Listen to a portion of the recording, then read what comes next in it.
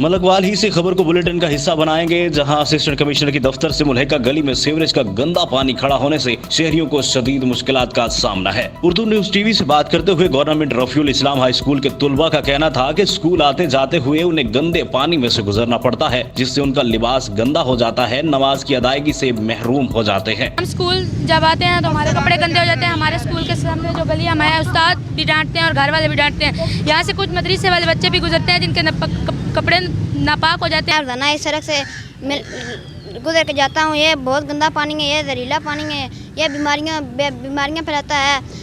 मैं मदरसे से रोजाना इस जगह से गुजर के जाता हूँ, मेरे कपड़े नापाक हो जाते हैं। इसी हवाला से बात करते हुए दुकानदारों का कहना था कि सड़क की खस्ता हालत के बायस उनके कारोबार ठप हो चुके हैं। 2 साल हो गए ये सड़क खराब है, इसका ना कोई परेशान हाल है। हम डीसी साहब के पास भी गए थे, लेकिन उन्होंने भी एप्लीकेशन रख ली, कोई इसका अभी तक हमें कोई पता नहीं चला भी क्या करना है। और मस्जिद के लिए जाने का रास्ता भी नहीं है यहाँ पे। हमारा कारोबार भी इस गली में ही है, सारा कुछ है। इसमें ना कोई बंदा आता है, ना कोई जा सकता है, गुजर सकता है इसमें से। बराए मेहरबानी इसकी सड़क की कोई हालत दुरुस्त फरमाएं।